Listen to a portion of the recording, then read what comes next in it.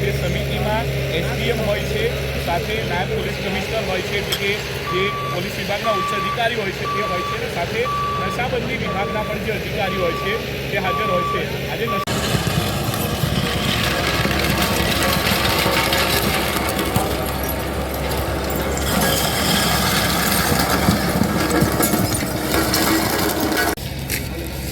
ભાઈ આવ્યા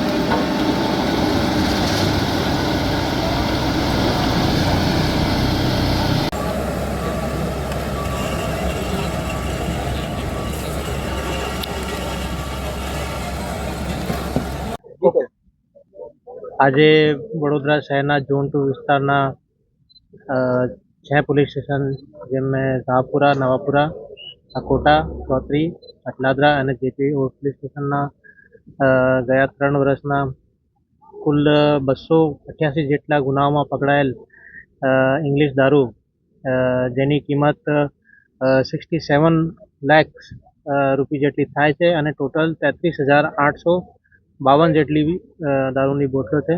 આ બધાનું આજે નાશ કરવામાં આવેલું છે અને આમાં નાશ કરવામાં અહીંયા નશાબંધીના અધિકારી પણ હાજર છે અને નાયબ કલેક્ટર પણ હાજર છે. તો કમિટીની સુપરવિઝન હેઠળ આ બધું દારૂનો આજે નાશ કરવામાં આવ્યો છે.